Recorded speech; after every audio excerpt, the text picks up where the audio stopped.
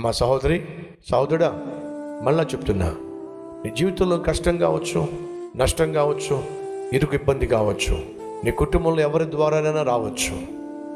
కానీ దాన్ని తీసుకుని వెళ్ళి నువ్వు దేవుని సన్నిధిలో ఆయనకు అప్పగించినట్లయితే ఆ కష్టాన్ని ఆయన తీరుస్తాడు, నీ భారాన్ని ఆయన వహిస్తాడు. అలా ఆయన నీ భారాన్ని, నీ బరువును ఆయన తన మీద వేసుకున్నప్పుడు నువ్వు ఖచ్చితంగా నీ మనసు తేలిక అవుతుంది. అలా తేలిక పడేంత వరకు నువ్వేం చేయాలి? ప్రార్థన చేయాలి. నీ లోపాలు ఒప్పుకోవాలి, నీ హృదయాన్ని సరిచేసుకోవాలి, దేవునితో నువ్వు సమాధాన పడాలి. నీకున్న బరువు అంతా కూడా ఆయన భుజం మీద మోపగలగాలి. నీ భారము యెహోవా మీద, చెప్పండి ఏమిటో, మోపుము అంటే అర్థం ఏమిటి?